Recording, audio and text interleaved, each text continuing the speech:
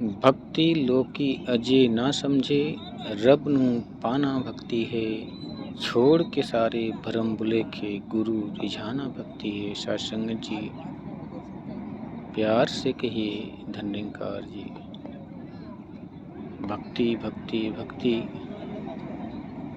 भक्ति सभी करते हैं। परमात्मा कहते हैं कि मुझे किसी भी विधि विधान से कोई इंसान पूजा करता है और सारी पूजा मैं ही ग्रहण करता हूँ, इसमें कोई संशय नहीं है, क्योंकि कड़कड़ में परमात्मा विराजमान है। लताओं में, सागर में, सूरज में, चंद्रमा में, पत्थर में, हर जगह परमात्मा मौजूद है और पूजा भी सभी वही ग्रहण करता है। लेकिन जो पूजा की बात होती है, जो भक्ति की बात होती है सत्संग जी, जिससे इस आत्मा का कल्याण होना है, वो परमात्मा को पहचानना जरूरी है। श्री कृष्ण जी अर्जुन जी से कहते हैं कि ए अर्जुन, जो मेरे इस निज स्वरूप को तत्व से जान जाता है, उसको इस 84 लाख योनियों के आवागमन से मुक्ति हो जाती है। सत्संग जी, सोचें कि उस कुरुक्षेत्र के मैदान में क्या विधि विधान था, क्या कोई कर्मकांड था, कोई धूप दीप अगरबत्ती या कोई पदार्थ ऐसा था जो परमात्मा के हम चढ़ाते हैं। सत्संग जी, वहाँ तो समय का भी अभाव था कि दोनों तरफ से 18 अक्षौड़ी सेना आमने सामने हथियार लिए हुए एक दूसरे पर प्रहार करने के लिए तैयार है।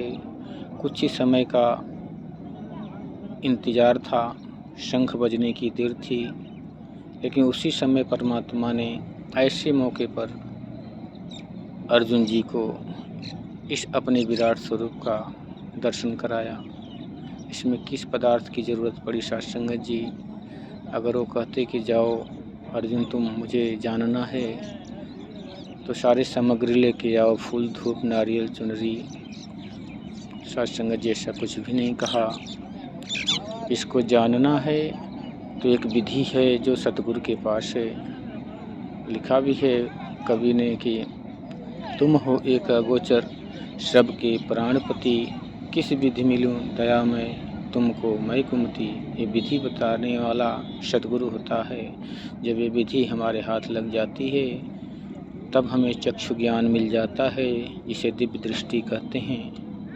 सतगुरु जब दिव्य दृष्टि दे देता है सत्संग जी, तो तब ये समझ में आने लगता है, नज़र में आने लगता है कि हाँ, हकीकत में परमात्मा हाजिर नाजिर है, नज़रों के सामने है, हर जगह मौजूद है।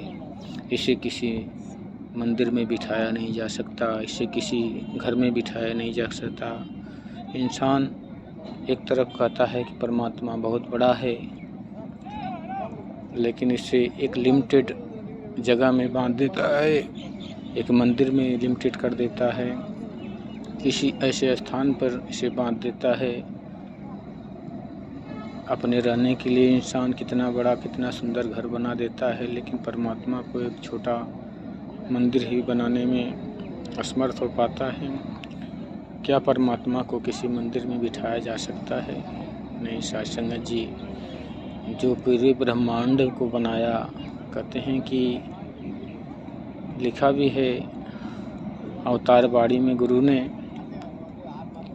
एक ना भूला दो ना भूले, भूले सब ही जाते हैं। नामे की पहचान नहीं है, नाम की रट लगाते हैं। मन के कहने पर निज बुद्धि उल्टी राह लगा बैठा। भांति भांति के गढ़ पे प्रतिमा कई भगवान बनाया बैठा। जिसने सूरज चांद बनाया उसको दीप दिखाता है। सर्व सुगंधित दाता आगे जा जा धूप जलाता है। कर्मकांड के अधिकारी में बिल्कुल अंधा खाता है। उसको भोग लगाए मूर्ख जो सब जग का दाता है। हवा में है महल बनाए और सपनों की नींवों पर कहे अवतार दया कर स्वामी इस जग के सब जीवों पर। सत्संग जी, मीरा जी ने भी सगुण भक्ति किया, बहुत ही प्रेम कृष्ण से किया, लेकिन उसकी मूर्ति जब टूट गई तब कोई सचेत करने वाला आप संतों महापुरुषों की तरह उन्हें सादर ये निमंत्रण दिया, संदेश दिया कि जाओ समय के सतगुरु रविदास जी आप जो को इस परमपिता परमात्मा का दीदार करा देंगे। तब उन्होंने सतगुरु की शरण ग्रहण करके इस परमपिता परमात्मा को जाना। फिर गाया कि पायो जी मैंने राम रतन धन पायो। सत्संग जी बिना सतगुरु के इस रहस्य का पर्दा नहीं उठा सकता कोई। इसलिए ऐसे गुरु को धारण करें जो आप जी के आत्मा का और लोक और परलोक दोनों सुखी कर दे। सत्संग जी प्यार से कहिए, धन निरंकार जी।